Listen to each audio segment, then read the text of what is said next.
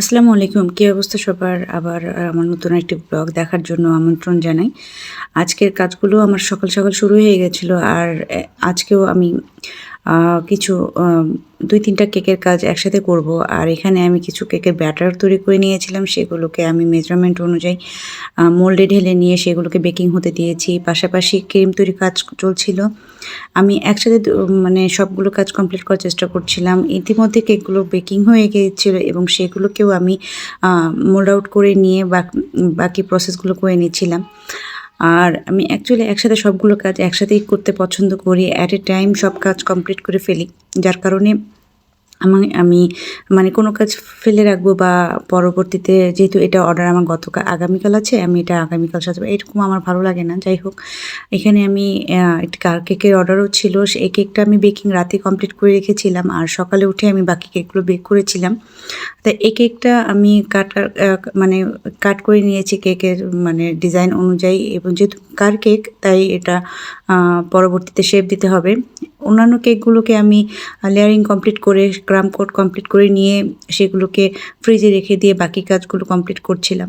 এটা একটার পর একটা করছিলাম যাতে একসাথে সবগুলো ঝামেলা শেষ হয়ে যায়। যেহেতু আমরা যারা কেকের কাজ করি তারা জানি কতটা ম্যাশ আপ হয়ে যায়। মানে খুব মানে এলোমেলো হয়ে যায় বা পরিবেশ মানে যেখানে আমরা কাজগুলো করছি কেকের গুঁড়ো প্লাস ক্রিম ওভারঅল সবকিছু মানে এলোমেলো হয়ে যায়। তাই আমি আবার চেষ্টা করি একটু গুছিয়ে এবং সুন্দরভাবে কাজ করার। আর আমরা ভিডিও করি বলেই যে আমি অ্যাকচুয়ালি সবগুলোকে ক্লিন আপ করে কাজ করি তা কিন্তু না। আমি যদি ভিডিও তৈরি নাও করি তারপরও দেখা যাচ্ছে যে আমি আমার যে সারফেসে আমি কাজ করছি সেগুলোকে ক্লিন রাখার চেষ্টা করি।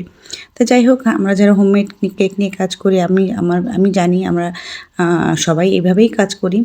তাই দোকানের কেকের থেকে আমাদের কেকের প্রতি মানুষের আস্থা এবং ভালোবাসাটা এই জন্যই একটু বেশি।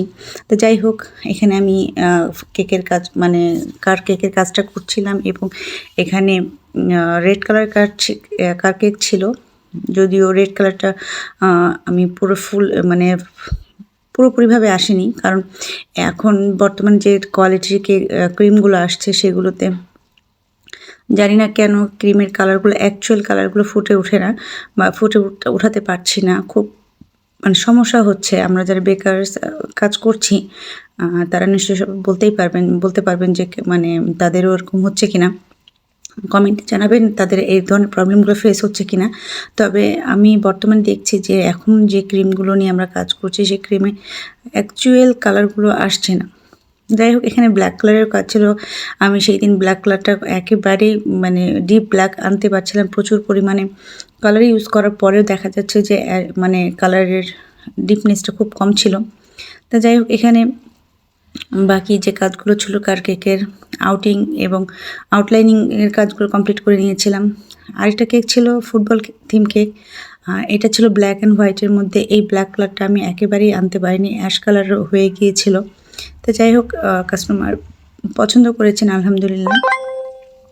পরবর্তীতে মানে ব্ল্যাক দেখা যাচ্ছিল ভিডিওতে, কিন্তু সামনাসামনি কিন্তু কেকটা ছিল অ্যাশ কালারের মধ্যে। যাই হোক, কাস্টমার পছন্দ করেছেন, এটাই আলহামদুলিল্লাহ। আদার্স যে কেকগুলো ছিল সেগুলো আমি একটার পর একটা কমপ্লিট করে নিচ্ছিলাম। তা এখানে মানে কাজ করতে করতে আমার মোট 4টা কেক হয়ে গিয়েছিল। আর যেহেতু আমার কেক বেকিং ছিল তাই আমি সবগুলো কাজ একবারেই কমপ্লিট করে ফেলেছি।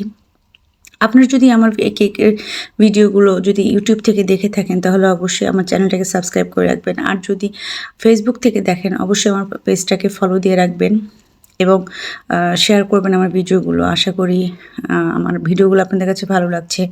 আর যদি কোনো গুরুত্বপূর্ণ মতামত থাকে সেটা অবশ্যই আমার কমেন্টে জানাবেন। কারণ আপনাদের মতামতের উপর ভিত্তি করে আমার কাজকে ইমপ্রুভ করার চেষ্টা করব। তো আজ তাহলে এই পর্যন্ত, দেখা হবে নেক্সট ব্লগে। আল্লাহ হাফেজ।